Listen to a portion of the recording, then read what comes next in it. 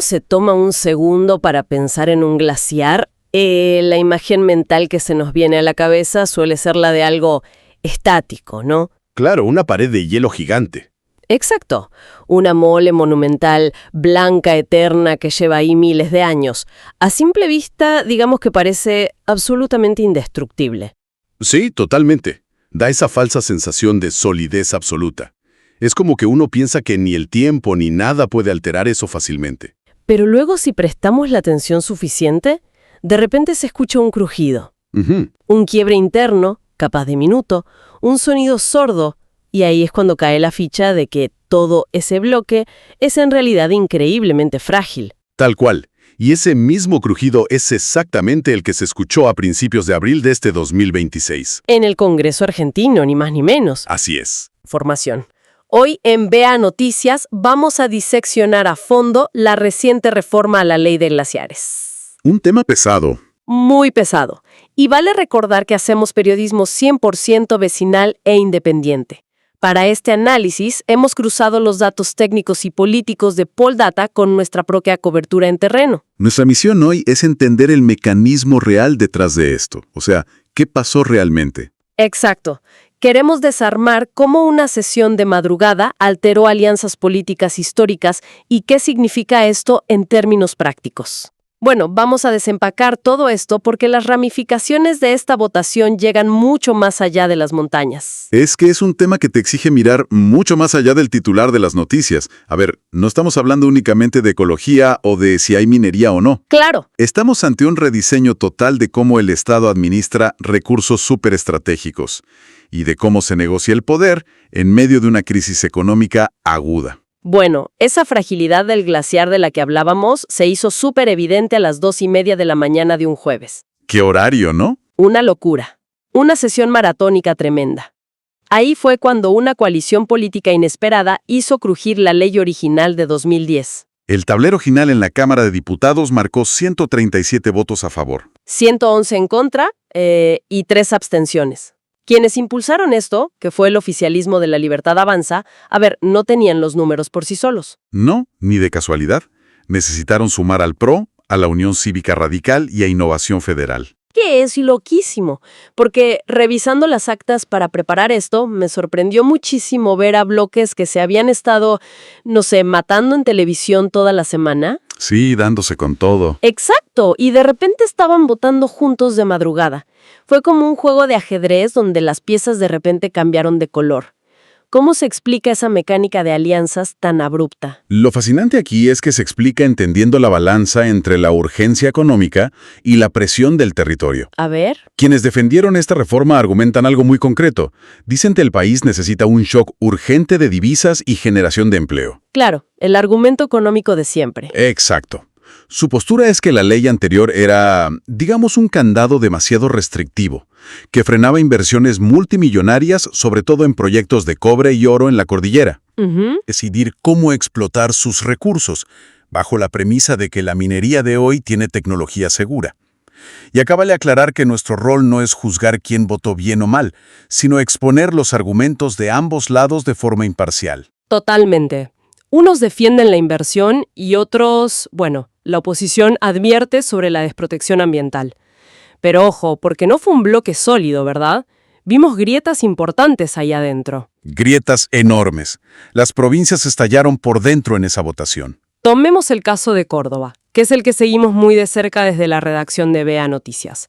Hubo 11 legisladores cordobeses a favor y 6 en contra. Sí. Y todos de espacios recontra diversos.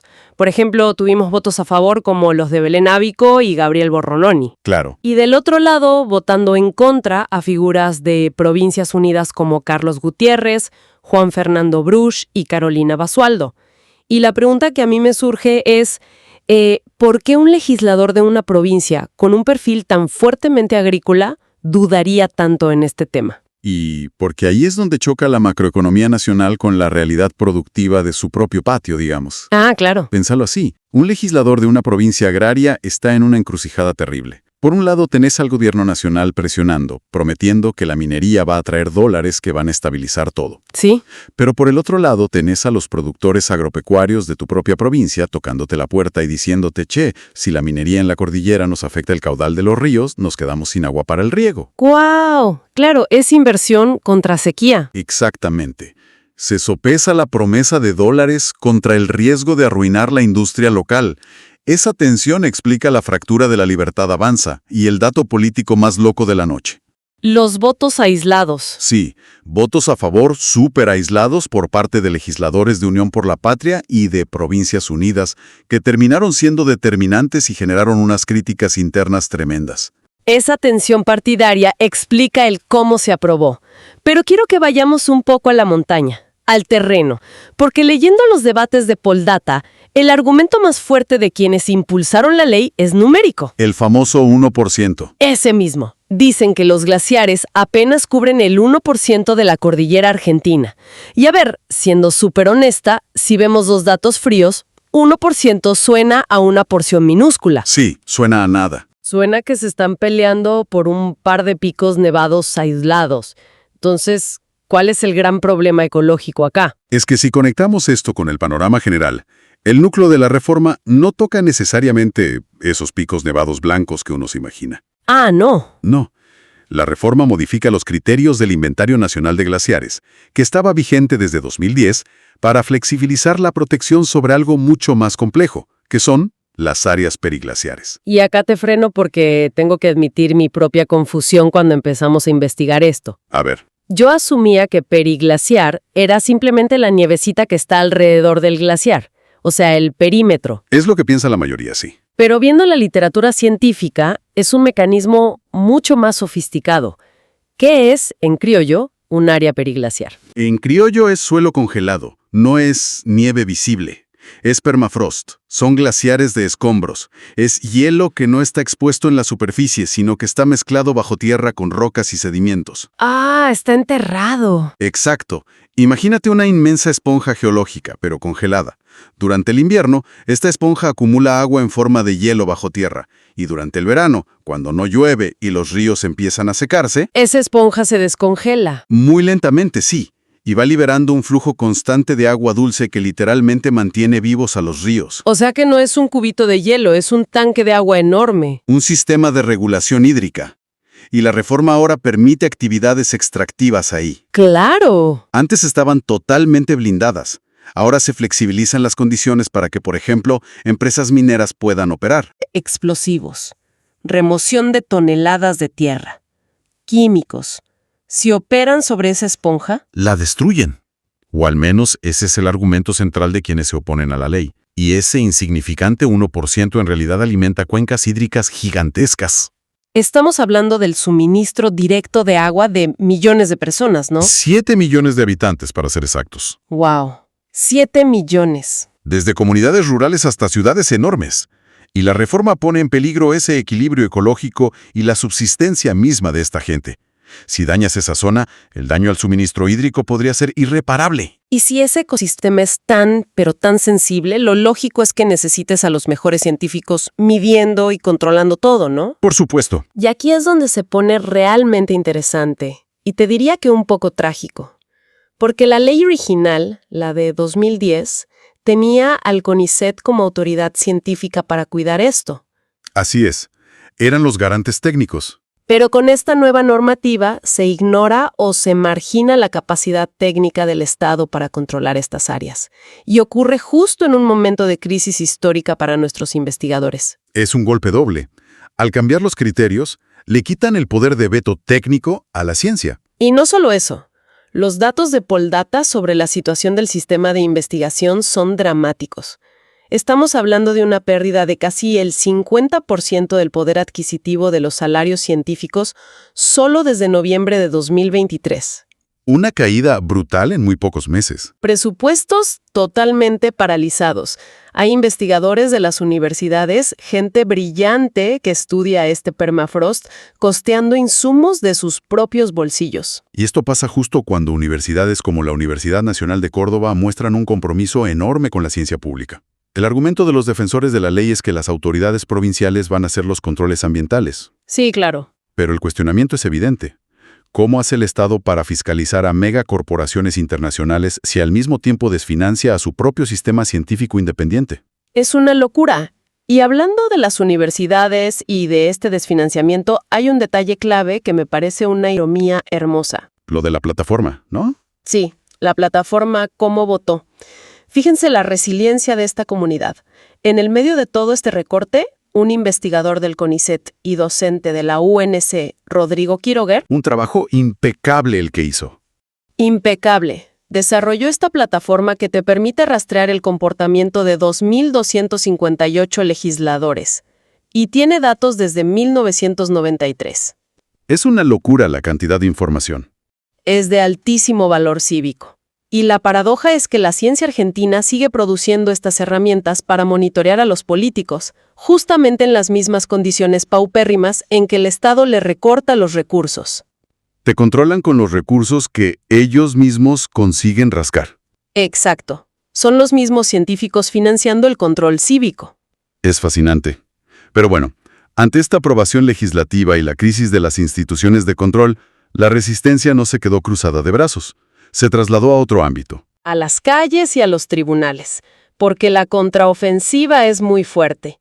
Hay organizaciones ambientales y hasta gobiernos provinciales que se metieron. Sí, el gobierno de La Pampa, por ejemplo, emprendió acciones judiciales muy fuertes. Buscan frenar la reforma. Y ya han reunido cientos de miles de firmas, lo cual demuestra el poder de movilización que hay. Pero, ¿cuáles son los argumentos legales exactamente? A ver, el objetivo principal es que la justicia declare la inconstitucionalidad de esta reforma. Bien, ¿bajo qué premisa? Primero, argumentan que no cumple con los estándares ambientales y sociales de la Constitución Nacional. Hay un principio de no regresión en derecho ambiental. Si ya protegiste algo, no podés volver atrás. Claro, no podés desprotegerlo de un plumazo. Exacto.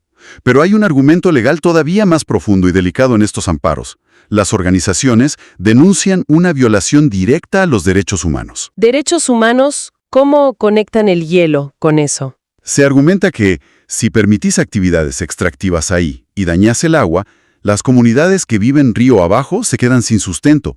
Esto podría llevar a la expulsión forzada de personas de sus territorios. Claro, si no tenés agua, te tenés que ir de tu casa. Tal cual. Y quitarle el agua a la gente es un ataque directo a la dignidad humana. Es la base de cualquier otro derecho. ¿Y qué papel juega el ciudadano común en todo esto, no? Porque a veces lo judicial suena a algo súper técnico, a una pelea de abogados de traje en una oficina. Para nada. La acción judicial acá es un proceso de adhesión ciudadana masiva.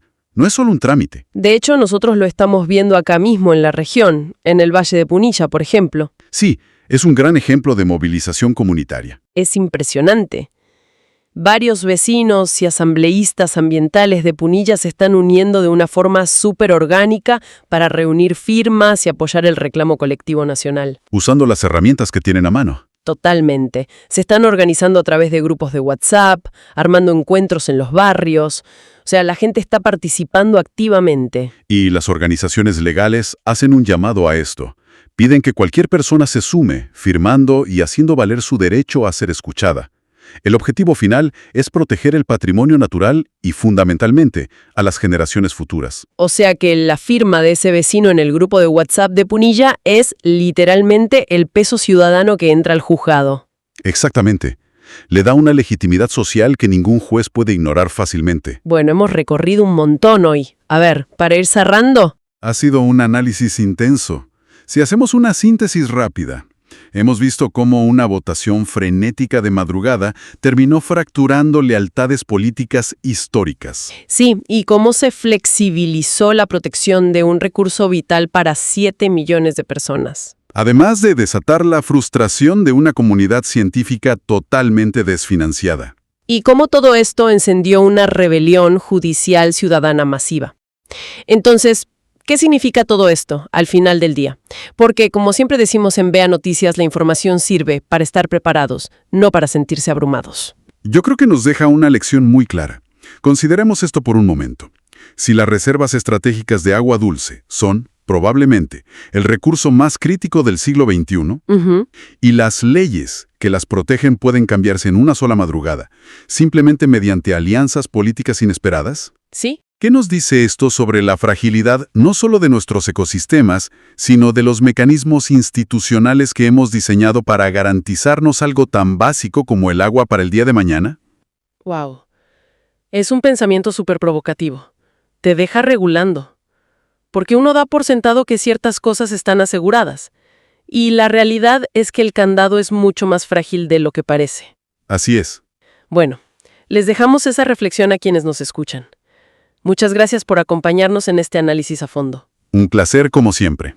Desde el equipo de BEA Noticias, reafirmamos nuestro compromiso de desentrañar la información compleja para ustedes. Periodismo 100% vecinal e independiente. Nos encontramos en la próxima inmersión.